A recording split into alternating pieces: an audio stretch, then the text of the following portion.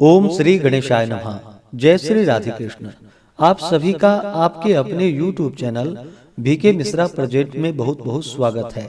आइए आज आप सब सुनेंगे सकट चौथ व्रत की कथा।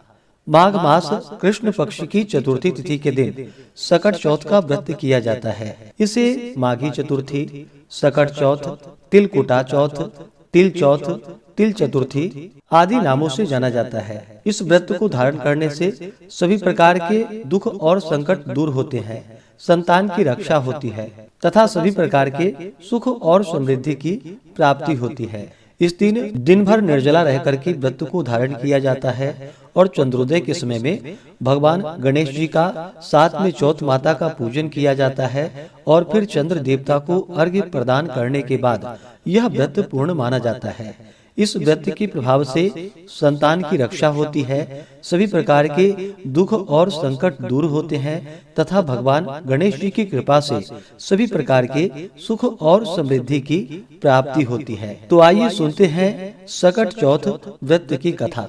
तो बोलिए प्रेम से भगवान गणेश की जय, चौथ माता की जय, चंद्र देवता की जय, सर्वदेवी देवता की जय। सकट चौथ व्रत कथा के अनुसार एक शहर में देवरानी और जेठानी रहती थी। देवरानी गरीब थी और जेठानी अमीर थी। देवरानी हमेशा गणेश जी का पूजन और व्रत करती थी।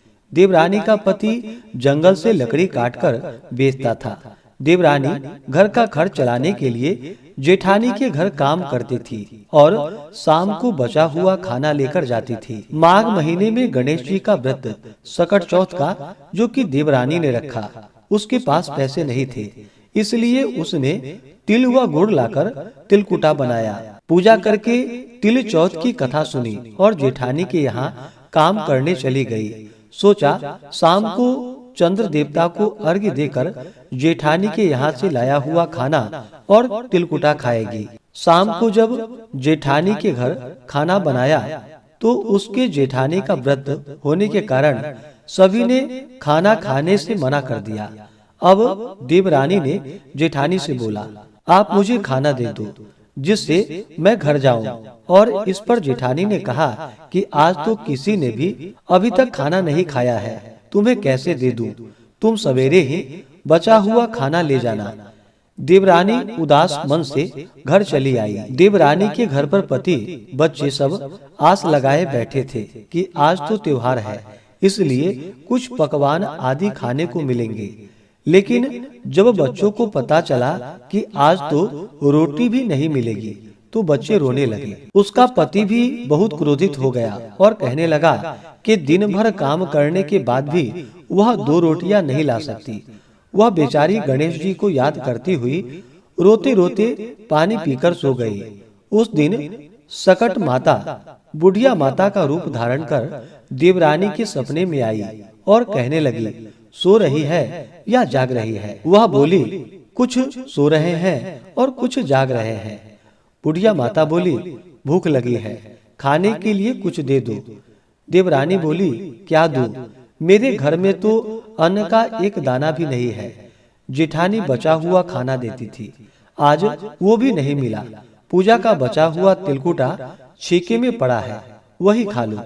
सकट माता ने तिलकुटा खाया और उसके बाद कहने लगी, निमटाई लगी है। कहाँ निमटे?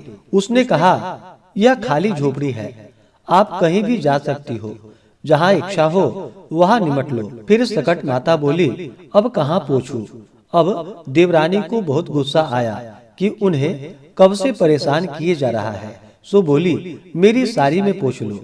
देवरानी जब सुबह उठी तो यह देखकर हैरान रह गई कि पूरा घर हीरो और मोतियों से जगमगा उठा है। उस दिन देवरानी जेठानी के काम करने नहीं गई। जेठानी ने कुछ देर तो राह देखी, फिर बच्चे को देवरानी को बुलाने के लिए भेज दिया। जेठानी ने सोचा कल खाना नहीं दिया था, इसलिए शायद देवरानी बुरा मान गई होगी। बच्चे बुलाने गए। देवरानी ने कहा कि बेटा, बहुत दिन तेरी माँ के यहाँ काम कर लिया, बच्चों ने घर जाकर माँ से कहा कि चाची का पूरा घर हीरो और मोतियों से जगमगा उठा है। जेठानी दौड़कर देवरानी के पास आई और पूछा कि यह सब कैसे हो गया। देवरानी ने उसके साथ जो हुआ सो सब कह डाला। उसने भी वैसा ही करने की सोची। उसने भी सकट चौथ के दिन तिलकुटा बनाया। रात को सकट माता उसके भी सपने में आई और बोली, भूख लगी है, मैं क्या खाऊं। जेठानी ने कहा कि आपके लिए छीके में रखा है, फल और मेवे भी रखे हैं, जो चाहो सो खा लो। सकट माता बोली, अब निपटे कहाँ। जेठानी बोली, मेरे इस महल में कहीं भी निपट लो। फिर उन्होंने बोला कि अब पोछू कहाँ। जेठानी बोली, कहीं भी पोछ लो। सुबह जब जेठानी उठी तो घर में बदबू गंदगी के अलावा कुछ भी नहीं था। हे सकट माता, जैसे आपने देवरानी पर कृपा की वैसे ही सब पर करना। अन्य कथा के अनुसार एक बुढ़िया थी। वह बहुत ही गरीब और दृष्टिहीन थी। उसके एक बेटा और एक बहू थे। वह बुढ़िया सदैव गणेश जी की पूजा किया करती थी। एक दिन गणेश जी प्रकट होकर उस बुढ़िया से बोले, बुढ़िया माँ, तू जो चाहे सो मांग ले। बुढ़िया बोली, मुझे तो मांगना ही नहीं आता, कैसे और क्या मांगू। तब गणेश जी बोले, अपने बहू बेटे से पूछकर मांग लो। तब बुढ़िया ने अपने बेटे से कहा, गणेश जी कहते हैं तू कुछ मांग ले, बता मैं क्या मांगू। पुत्र ने कहा, माँ तू धन मांग ले। बहू से पूछा तो बहू ने कहा, नाती मांग ले। तब बुढ़िया ने सोचा कि ये तो अपने अपने मतलब की बात कर रहे हैं। अतः उस बुढ़िया माता ने पड़ोसियों से पूछा तो उन्होंने कहा, बुढ़िया तू तो थोड़े ही दिन जिएगी, क्यों तू धन मांगे और क्यों नाती मांगे। तू तो अपनी आंखों की रोशनी मांग ले, जिससे तेरी जिंदगी आराम से कट जाए। इस पर बुढ़िया बोली, यदि आप प्रसन्न हैं तो मुझे 9 करोड़ की माया दे, निरोगी काया दे, अमर सुहाग दे, आंखों की रोशनी दे, नाती दे, पोते दे और सब परिवार को सुख दे और अंत में मोक्ष दे। यह सुनकर तब गणेश जी बोले, बुढ़िया माँ, तुमने तो हमें ठग ही लिया। फिर भी जो तूने मांगा है वचन के अनुसार सब तुझे मिलेगा। और यह कहकर गणेश जी अंतर ध्यान हो गए। उधर बुढ़िया माँ ने जो कुछ मांगा वह सब कुछ प्राप्त हो गया। हे गणेश जी महाराज, जैसे तुमने उस बुढ़िया माँ को सब कुछ दिया वैसे ही सबको देना। तो बोलिए प्रेम से भगवान गणेश की जय, चौथ माता की जय, सर्वदेवी देवता की जय। माघ मास कृष्ण पक्ष की चतुर्थी तिथि प्रारंभ समय जो कि 6 जनवरी 2026 दिन मंगलवार सुबह 8:04 और चतुर्थी तिथि की जो समाप्ति है वह 7 जनवरी 2026 दिन बुधवार सुबह 6:53 पे चतुर्थी तिथि की समाप्ति है। तो ऐसे में चंद्रोदय व्यापनी के अनुसार सकट चौथ का व्रत, तिल चौथ का व्रत जो कि इस बार 6 जनवरी 2026 दिन मंगलवार को पड़ा है।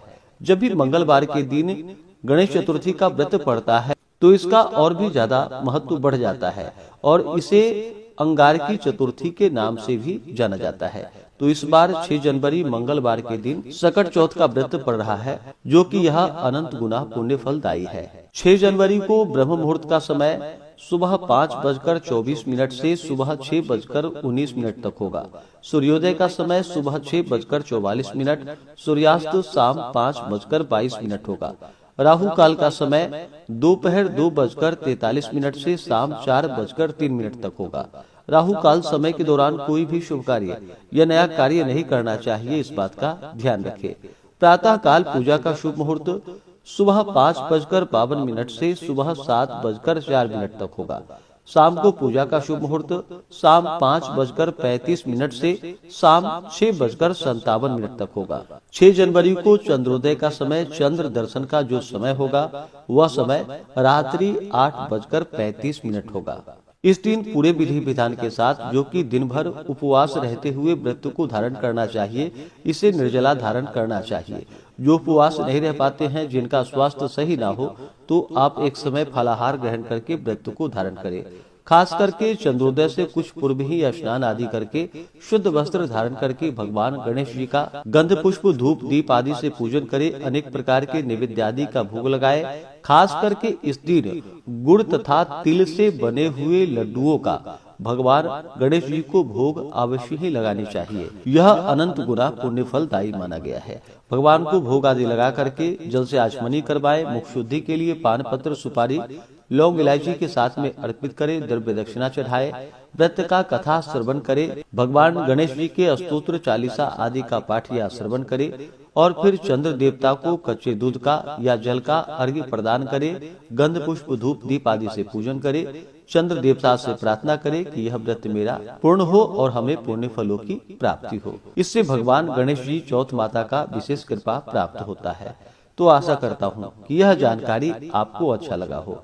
इसी प्रकार से ज्ञानवर्धक जानकारियाँ प्राप्त करते रहने के लिए, व्रत पूजा के बारे में जानने के लिए, कथा को सुनने के लिए चैनल पे अगर आप पहली बार आए हैं तो चैनल को लाल बटन दबा करके सब्सक्राइब करें, साथ में बेल आइकन घंटी को दबाएं ताकि आने वाली वीडियो का नोटिफिकेशन आपको समय से मिलता रहे।